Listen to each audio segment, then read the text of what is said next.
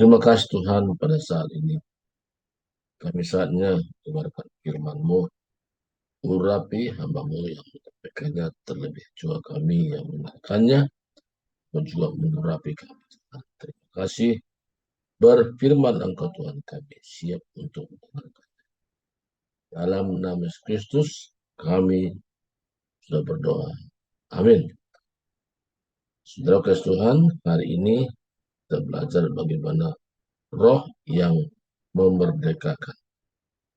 Nah, untuk ini kita awal dengan firman Tuhan Roma pasal 8 ayat 1 dan ayat yang kedua. Demikianlah sekarang tidak ada penghukuman bagi mereka yang ada di dalam Kristus Yesus. Roh yang memberi hidup telah memerdekakan kamu dalam Kristus dari hukum dosa dan hukum maut. Nah, yang kita perlu belajar, apa yang dimaksudkan hukum dosa dan maut? Hukum dosa berbicara tentang hukum yang selalu menuduh kita orang berdosa, yaitu hukum Taurat. Mata ganti mata, gigi ganti gigi.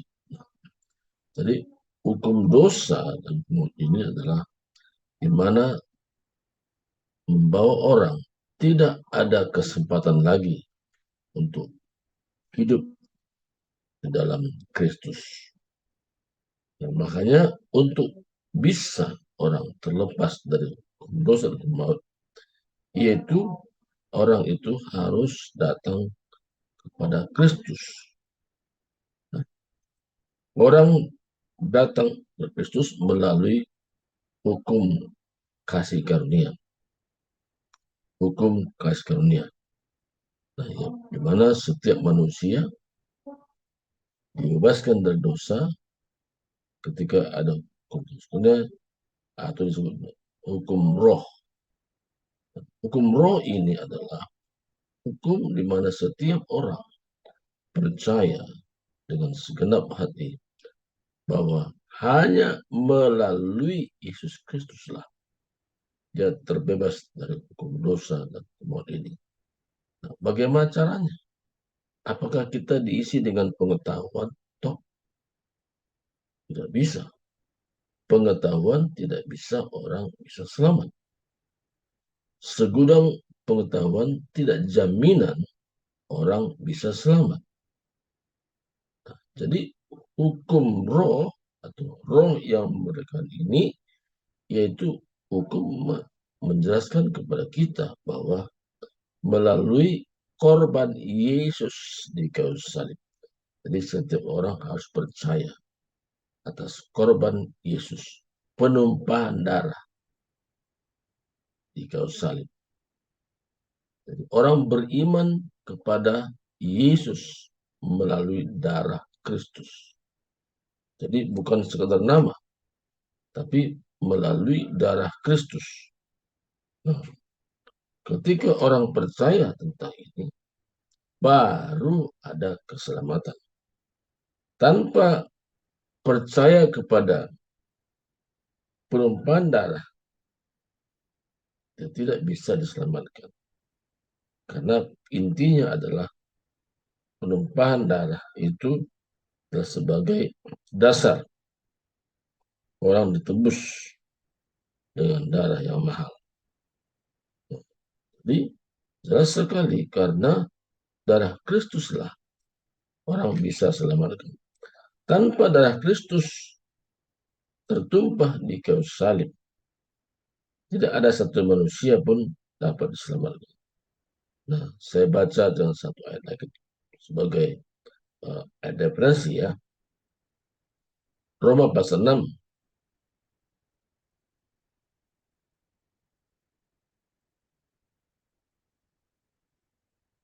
sini bagaimana Roma pasal 6 ini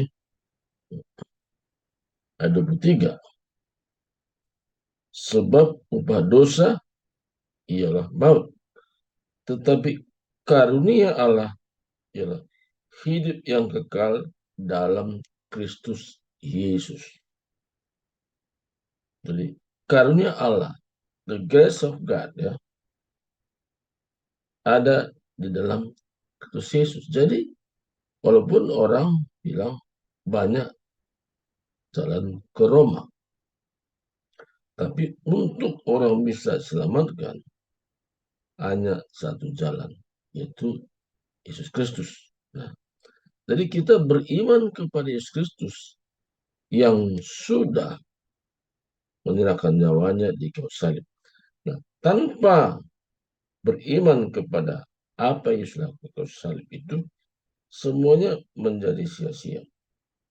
Ya, kenapa? Karena keselamatan manusia itu tergantung daripada imannya kepada apa yang Yesus lakukan di kayu salib. Nah, jadi kalau hanya beriman kepada nama saja itu tidak lengkap. Jadi beriman kepada Yesus Kristus yang sudah rela menjadi korban. Rela menjadi korban. Karena siapa? Karena kita. Ya, Yesus rela menjadi korban karena kita. Nah, karena Yesus tidak berdosa. Tapi Yesus yang tak berdosa dibuatnya menjadi dosa karena kita, supaya di dalam Yesus kita diselamatkan. Dan jelas sekali. Jadi sekarang tidak ada penghukuman bagi mereka yang ada di dalam Kristus Yesus. Artinya orang yang betul-betul beriman kepada apa yang Yesus lakukan di kayu salib. Jadi kita diselamatkan murni karena beriman melalui kematian Yesus di kayu salib. Jadi bukan sekedar nama, tapi kematian Yesus di kayu salib, kita beriman kepadanya, maka kita diselamatkan. Tanpa beriman kepada apa yang dilakukan di kayu salib, di mana darahnya tercurah untuk menebus segala dosa kita, tidak ada keselamatan. Hanya saya tadi bukan karena pengetahuan. Jadi pengetahuan kita tidak menyelamatkan, tapi beriman kepada Yesus Kristus kita dapat diselamatkan. Nah, ini penting sekali untuk kita pahami, karena beriman kepada Yesus Kristus. Jadi setiap orang harus diarahkan iman kepada apa yang Yesus lakukan. Jadi hari ini katakan, sekarang tidak ada penghukuman bagi mereka yang ada di dalam Kristus. Artinya orang yang memiliki iman kepada apa yang Yesus lakukan di kayu salib. Nah, jadi jangan heran nanti bahwa ada orang yang tidak sampai kepada tingkat iman itu, tidak ada keselamatan. Tapi kalau beriman pada Kristus yang apa yang Yesus lakukan salib, beriman bukan hanya 50%, tapi beriman 100%. Jadi tidak ada karena perbuatan baik kita diselamatkan. Tapi iman kita, itu yang penting. Iman kita kepada Yesus Kristus. Jadi orang yang percaya tentang ini, meyakini dalam hatinya, ungkapan mulutnya bahwa Yesus adalah Tuhan, percaya kepada Yesus, bahwa Yesus mati di kayu salib, menebus semua dosa umat manusia, termasuk kita-kita yang mendengar hari ini. Nah, tidak ada penghukuman. Artinya di sini kita tidak menjadi orang yang tertuduh bahwa kita orang berdosa lagi. Kenapa? Segala utang dosa kita sudah dibayar lunas. Sudah dibayar lunas oleh Yesus di kayu salib. Tambahan ayat referensi ya. 1 Korintus pasal 6 ayat 20 dikatakan, So, kamu telah dibeli dan harganya telah lunas dibayar. Karena itu, muliakanlah Allah dengan tubuh. Dengan apa kita dibayar? Kita dibayar dengan darah.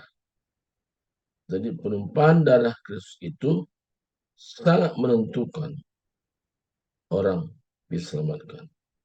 Jadi kalau hanya beriman dalam nama saja, tidak ada keselamatan. Karena keselamatan kita melalui Yesus Kristus. Kalau hanya mujizat, ya katanya, mujizat orang buta bisa melihat, orang timpang bisa berjalan, ya, atau orang lumpuh. Kalau hanya itu saja, Yesus tidak perlu mati. Ya, Yesus tidak perlu mati. Atau angin topan teduh, Yesus tidak perlu mati.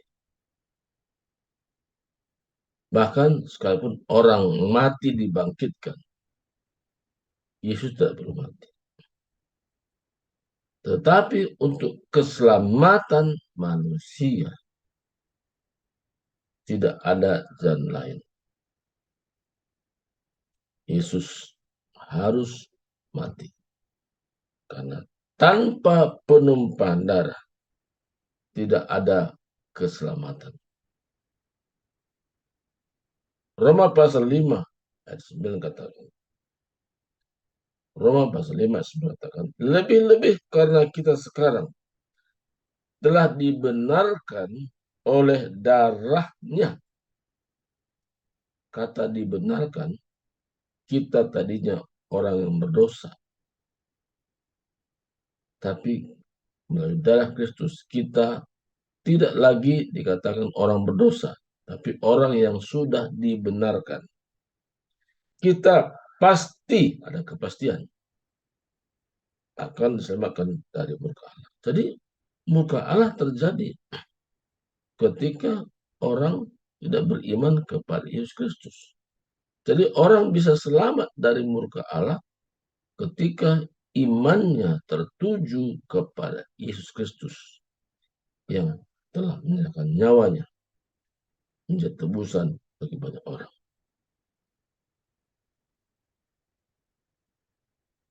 Roma 3:25 katakan, Kristus Yesus tentukan Allah menjadi jalan pendamaian karena iman dalam darahnya. Hal ini dibuatnya untuk menunjukkan keadilannya karena ia telah membiarkan dosa-dosa yang telah terjadi dahulu pada masa kesabarannya. Iman dalam darah. Jadi kalau orang mengerti rahasia ini, dia tidak lagi berdoa, minta ampun terus. Ampuni dosaku, ampuni dosaku. Tidak. Yang penting yaitu sesama dia perlu ada pendamaian. Sesama perlu saling mengampuni. Kalau sesama tidak saling mengampuni, bagaimana dia menerima keselamatan kali itu? Karena perintah Tuhan adalah kamu saling mengampuni sebagaimana Kristus telah mengampuni kamu. Ini kita perlu saling mengampuni, ya, satu dengan yang lain, sehingga terjadi namanya rekonsiliasi satu dengan yang lain, dan kita dimerdekakan. Kata merdeka di sini kita tidak lagi tertuduh bahwa kita orang berdosa. Tapi kita adalah orang yang sudah dibenarkan melalui darah Kristus. Nah, kita dibenarkan melalui darah Kristus. Nah ini. Jadi kalau kita dibenarkan benar Kristus, nah disinilah kuncinya orang merdeka.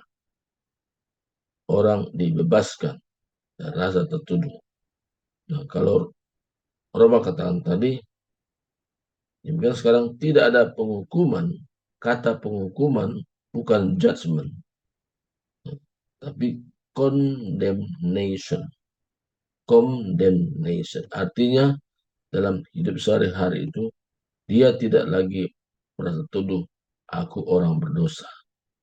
Tapi aku orang yang sudah dibenarkan melalui penebusan darah Kristus. Jadi hari-hari hidupnya banyak bersyukur. Kenapa bersyukur? Karena Yesus sudah membayar lunas utang dosanya. Kenapa bersyukur? Hanya Yesus yang sudah menyelamatkan dia, memberikan jaminan hidup kekal dari sekarang dan sampai selama-lamanya. Sehingga dalam hidup yang dijalani setiap hari, hidup oleh iman di dalam Yesus Kristus. Jadi perhatiannya tertuju kepada Yesus Kristus, imannya adalah Kristus, dan dia memiliki kuasa. Karena ada kuasa di dalam darah Yesus.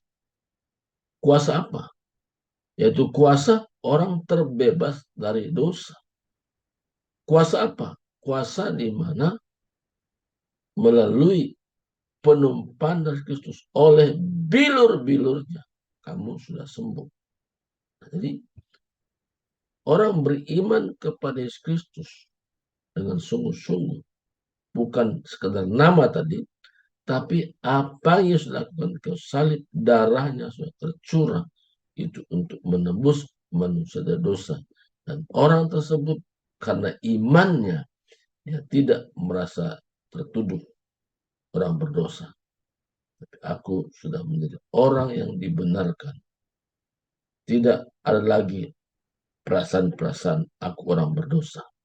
Tapi aku orang yang dibenarkan karena Yesus Kristus sudah mengambil alih hukuman dosa yang sepatutnya aku alami. Tapi Yesus sendiri sudah ambil alih hukuman itu.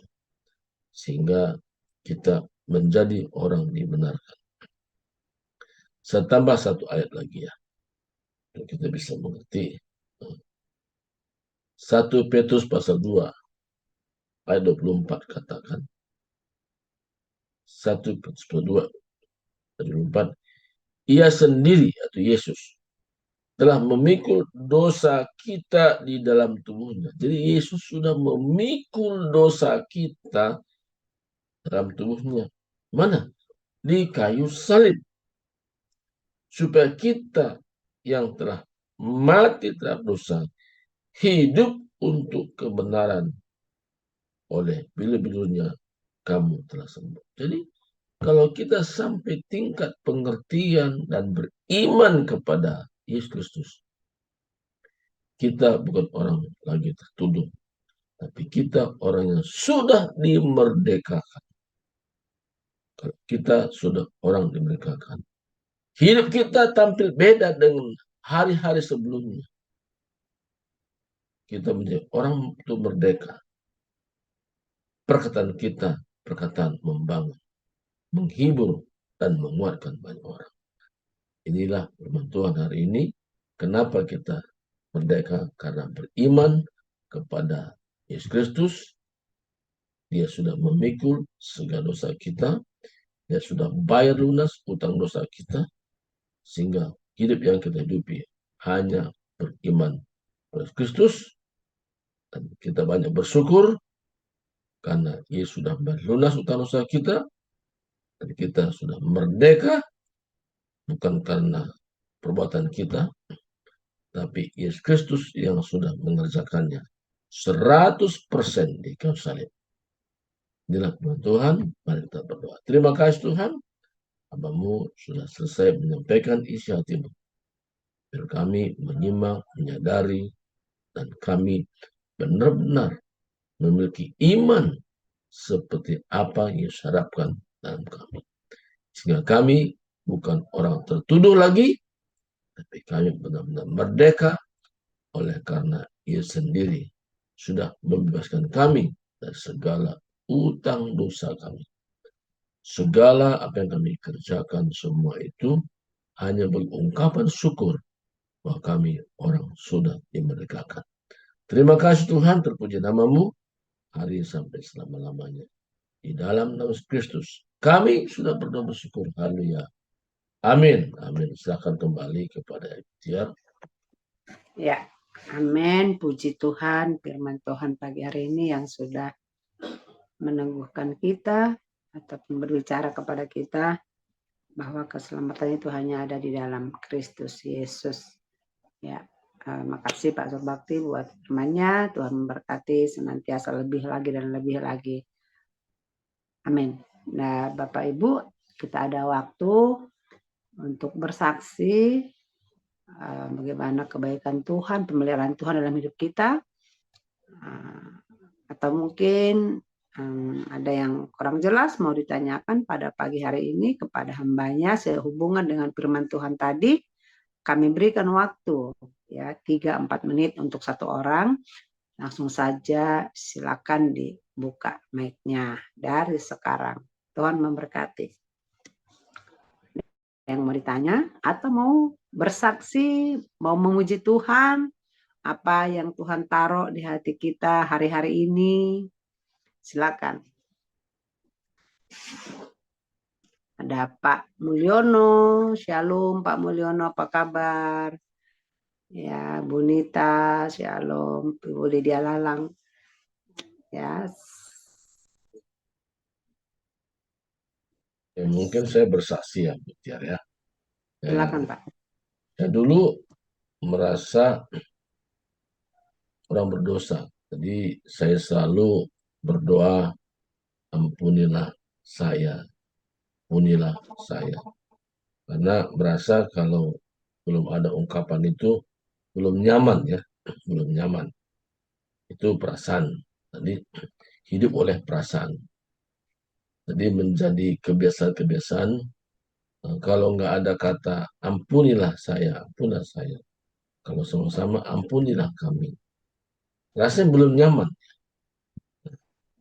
Tapi ketika saya mengerti rahasia firman Tuhan ini, yang saya pikirkan bukan lagi tentang dosa, tapi yang saya pikirkan tentang apa kelanjutannya yang Tuhan mau saya bisa kerjakan.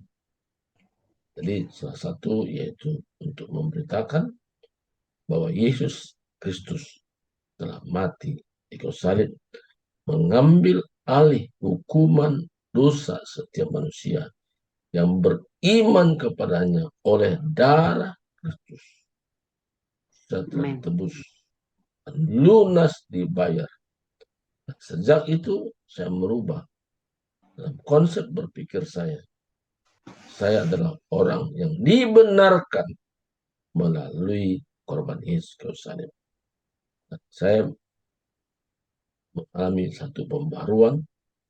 Saya benar-benar merdeka, bebas dari rasa tertuduh. Saya orang berdosa. Saya orang dibenarkan oleh karena Yesus Kristus yang sudah memikul dosa saya dalam tubuhnya di kayu salib. Ini satu pencerahan bagi saya. Sudah sejak itu yang saya pikirkan tentang apa yang rencana Tuhan ke depan. Itu yang pikir saya. Bukan lagi berpikir dosa lagi. Tapi berpikir tentang apa yang Tuhan kerjakan dan itu saya lakukan. Pertama, memberitakan Injil Kristus kepada setiap orang. Karena tidak ada jalan lain. Manusia dapat diselamatkan. Beriman kepada Kristus. Bukan berpengetahuan ya. Beda pengetahuan dengan iman. Kalau pengetahuan bisa pelajari, hafal-hafal. Iman adalah yang dasar dengan hati yang murni pada Yesus Kristus. Tuhan berkati, ini sedikit saksiannya. Saya akan kembali kepada Mutiara. Baik, terima kasih Pak Bakti. Bu Nita buka mic. Silakan Bu Nita, ada yang mau disampaikan atau ditanya? Aku ingin sedikit bertanya. Ya. Mengerti apa yang tadi Pak Surbakti jelasin. Cuman pertanyaanku gini, ini udah umum dari kecil ya kayaknya ya. Ya. Dosa sama salah. Apa kalau salah itu pasti dosa? Itu ya satu. Jadi gini, kan karena kalau kamu bersalah jangan ampunilah kesalahan kami ini, itu menyalibkan Tuhan lagi. Dosa yang aku mengerti itu dosa yang makanya kayak dulu kecil tuh gini loh, ada dosa kecil, ada dosa besar, gitu loh istilahnya ya. Aku nggak tahu pokoknya kecil atau besar itu tetap dosa gitu kan. Dulu kalau waktu sekolah minggu sih aku tuh, oh itu dosa kecil, itu dosa besar gitu kesannya, ada kayak gitu ya. Terus bentar.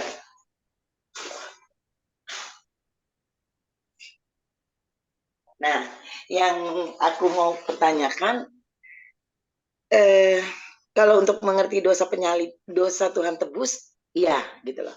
Tapi untuk kesalahan-kesalahan itu makanya sering terucap ya, supaya kita naikkan doa ini baik, doa ini kudus dan enak gitu ya istilahnya ya. Jangan sampai ada kesalahan-kesalahan, makanya suka diawali dengan ampuni kesalahan supaya doanya dinaikkannya dengan lurus, judulnya kesannya gitulah. Ya. Nah, tapi kan jadi terkesan kayak apa ya, dibilang nggak percaya dengan penyaliban Tuhan, atau itu jadi agak kecampur gitu ya. Itu kan manusia itu memang udah diampuni dosa dan berusaha untuk hidup kudus, hidup benar, tapi kan tetap aja namanya perjalanan seharian, entah kata, entah tingkah, entah apa, terpeleset ya, seperti yang kayak waktu itu pernah dibilang, oh itu kesalahan nama ini, tapi kan tetap pengampunan, memohon ampunnya itu sama Tuhan, walaupun nanti menyelesaikannya sama sesama yang orang yang kita terjadi sama kita gitu loh. Jadi agak bingung juga gitu ya kalau dibilang, kadang-kadang sisi yang bilang, oh kita udah diampuni gini-gini, nggak usah lagi minta pengampunan atau apa, karena itu yang berkesalahan dengan orang-orang yang berkaitan dengan kejadian yang, kalau kita nyolong uang ya kita salah dengan orang itu, tapi kan ajaran Tuhan kita langgar gitu kan. Jadi serba agak, kalau buat aku membingungi gitu loh. Terus jadi buat orang yang merasa, ada istilah yang gini, kalau udah jadi Kristen, karena udah ditebus dosa, kamu pasti udah selamat. Tapi nggak ada istilah kerjakanlah keselamatanmu. Di judulnya kan mestinya begitu udah selamat, kerjakanlah keselamatanmu ya. Jadi saksi, jadi pelaku, jadi ini. Tapi untuk orang-orang yang kalau memikir sampai kerjakan keselamatan, tapi kalau tidak, oh udah, akhirnya dia menggampangkan gitu loh. Jadi tidak berbuat dan tidak berbuah dan tidak ini gitu loh. Jadi bisa juga dengan pandangan sisi itu, kan udah ditebus, udah pasti dapat surga, udah ditebus, udah dapat surga, gitu lah. Jadi istilah ini memang harus digodok sih, pribadi lepas pribadi ya. Tapi kan nggak semua orang ada waktunya mau menggodok diri atau digodok gitu loh istilahnya untuk pengertian ini ya. Itu yang ya gimana ya jadinya gitu. Itulah minta penjelasannya aja, pencerahan. Ya. Oke, silakan Pak. Ya, bisa saya terangkan ya. Ya, terima kasih ya, Monika. Ya, ini pertanyaan yang kadang-kadang menjadi mewakili yang lain tentunya. Ya. Nah, jadi kita sudah terbiasa dengan apa yang disampaikan oleh orang-orang tua terdahulu, namanya copy paste namanya ya. Nah, jadi sudah terjadi seperti itu, ada dosa besar, ada dosa kecil. Nah, itu kan manusia buat, ya. Bukan Tuhan buat, manusia buat. Nah, jadi yang sangat penting adalah kita perlu pemberesan sesama. Kita perlu saling mengampunilah kamu sebagaimana Kristus telah mengampuni kamu. Bukan akan ya, tapi telah mengampuni kamu. Nah, ini yang penting ya. Sebagaimana Kristus telah mengampuni kamu. Nah, jadi kalau yang paling penting sesamanya Kenapa sesama? Karena yang bermasalah kepada sesama. Jadi kalau Tuhan sudah menyelesaikannya, tapi kalau kita nggak mengampuni, nah saya baca satu ayat ya. Ya, Efesus pasal 4 ayat 32. Efesus pasal 4 32. Tetapi hendaklah kamu ramah seorang terhadap yang lain, penuh kasih mesra dan saling mengampuni. Penting, saling mengampuni. Jadi hubungannya bukan vertikal tapi horizontal. Sebagaimana Allah dalam Kristus telah mengampuni, bukan akan mengampuni, telah mengampuni kamu. Nah, gagalnya orang untuk vertikal cepat, tapi horizontalnya nggak lakukan. Kenapa nggak mengampuni? Aduh, masih berat, susah, sakit hatiku. Nah, kalau kita tidak saling mengampuni, ya kita tinggal dalam dosa. Kita tinggal dalam dosa. Kalau orang tinggal dalam dosa, ya karena dosa itu menghambat. Nah, maka perlu saling mengampuni ini. Nah, saya sebagai pribadi cepat-cepat membereskan seorang kalau ada sesuatu masalah. Saya cepat bilang, saya katakan, ampuni saya, tadi saya salah. Nah, jadi saling mengampuni ini yang paling utama. Kalau kita sudah saling mengampuni, maka kita terbebas daripada kendala itu. Ini satu kejadian. Ya. Ada seseorang, ya dia mencuri warung. Berapa kali dia mencuri, tapi punya warung nggak tahu. Tapi dia merasa tertuduh terus. Nah, suatu ketika dia beranikan diri kepada punya warung itu. Dia cerita bahwa saya mencuri beberapa kali warung itu. Yang punya warung bilang, dan pengakuannya, punya warung pun bertobat juga. Karena dia pun, waduh saya pun perlu juga membereskan. Jadi bereskan lagi sama. Jadi dengan kejadian itu, kata kerjakanlah keselamatanmu, artinya kita benar-benar menunjukkan bagaimana kita sudah diselamatkan. Bukan sesuatu yang kita kerjakan supaya selamat, tapi work out your salvation. Artinya keselamatan yang kita sudah dapatkan itu jangan simpan, tapi ceritakan sama orang bagaimana keselamatan itu. Work out your salvation. Nah, jadi jangan diam saja. Yang penting gua selamat. Ya, orang kan masa bodoh, tidak seperti itu. Kita mengerjakan artinya menceritakan, menyaksikan bagaimana kita sudah selamatkan. Kita pergi keluar menceritakan bagaimana alur ceritanya kita diselamatkan. Sehingga lewat kesaksian kita, orang lain pun diselamatkan.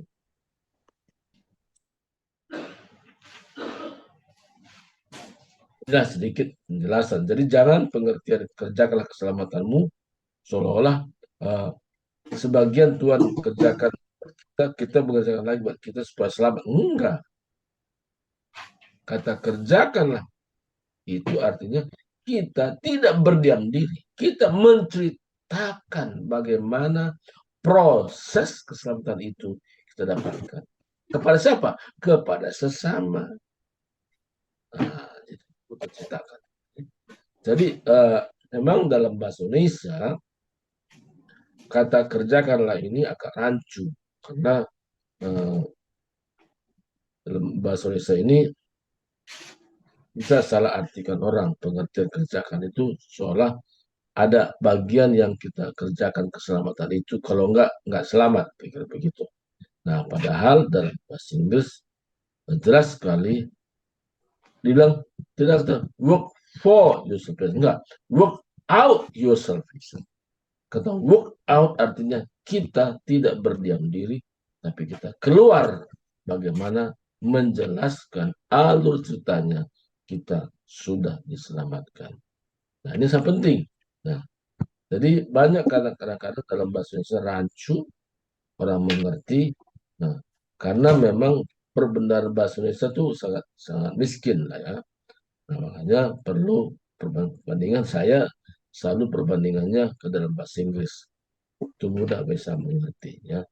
Nah, jadi saya bisa membedakan work out dengan work for. Work for itu khusus keselamatan itu saya kerjakan sesuatu. Kalau work out artinya saya tidak berdiam diri, tapi pergi keluar menjelaskan kepada orang bagaimana alur ceritanya saya sudah selamatkan. Itu maka kita dikatakan menjadi saksinya Kristus. Tuhan berkati, serahkan kepada Ibu.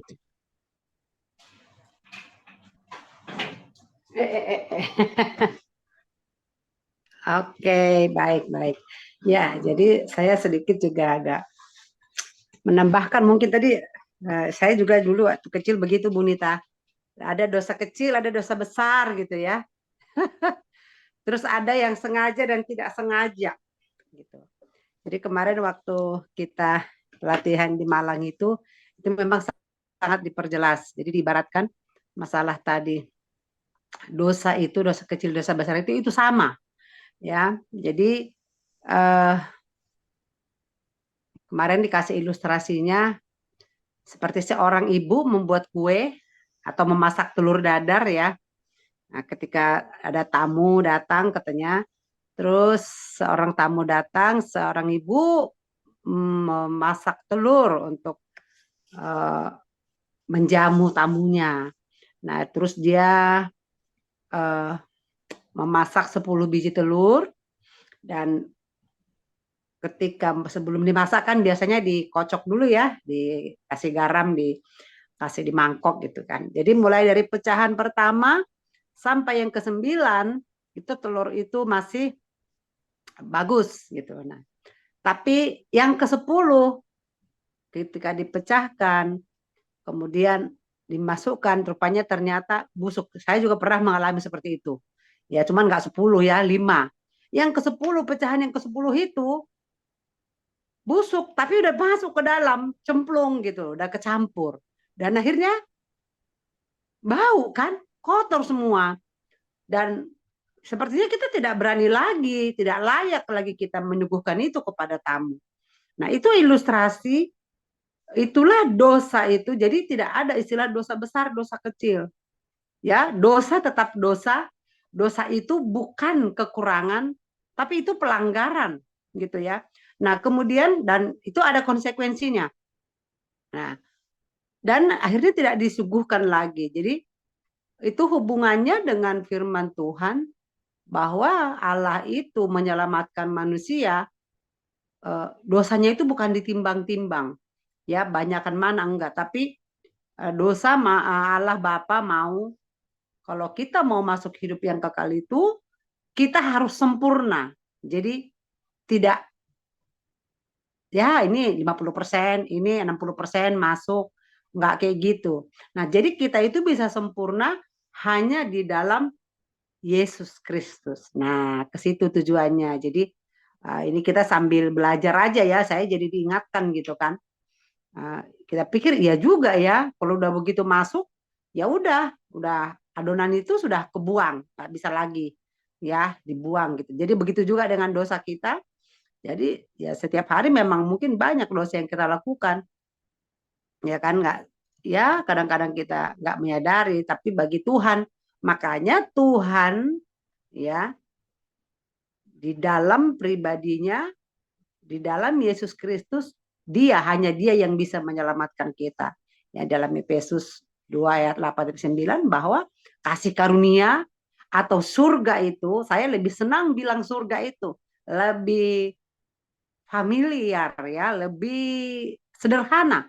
Bahwa surga itu kita bisa peroleh hanya lewat Yesus Kristus. Bukan hasil kerja kita, bukan tadi hasil karena kita baik, karena dosa kita 50% misalnya, atau orang lain 50 enggak masuk, tapi yang 70 masuk seperti ujian, enggak seperti itu. Tapi hanya di dalam pribadi Yesus sendiri, yaitu di mana Yesus itu adalah Allah yang menjadi manusia. Ya, Yesus itu adalah Tuhan itu sendiri. Nah, itu saja mungkin buat pagi hari ini saya kembali disegarkan, dan biarlah firman Tuhan ini menguatkan kita. Dan saya juga di kesaksian saya ketika saya mengerti firman Tuhan ini dan mengandalkan, percaya, maka banyak mujizat terjadi. Mujizat itu artinya apa? Kita menghadapi masalah, ya, punya masalah pasti, selama hidup pasti ada masalah. Tapi kalau kita mengandalkan Tuhan, kita beriman kepada Yesus Kristus, kita diberikan hikmat, kita mendapat ketenangan, kita selalu mendapat hikmat. Tapi kalau kita andalkan, ya contohnya dalam last minute atau beberapa menit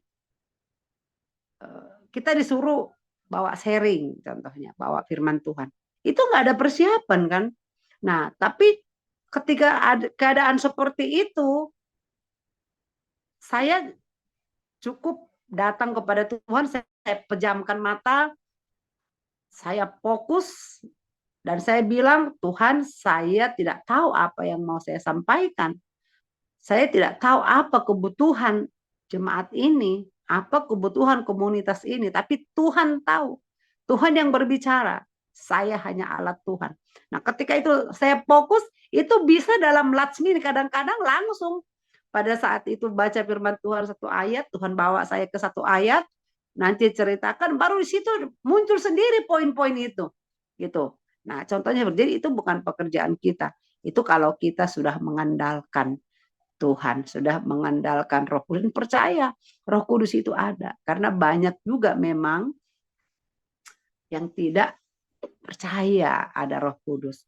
Dikira Roh Kudus itu hanya terjadi pada 2000 tahun yang lalu, yang di loteng itu, yang pada saat murid-muridnya ada di situ. Padahal itu terjadi pada kita saat sekarang ini juga.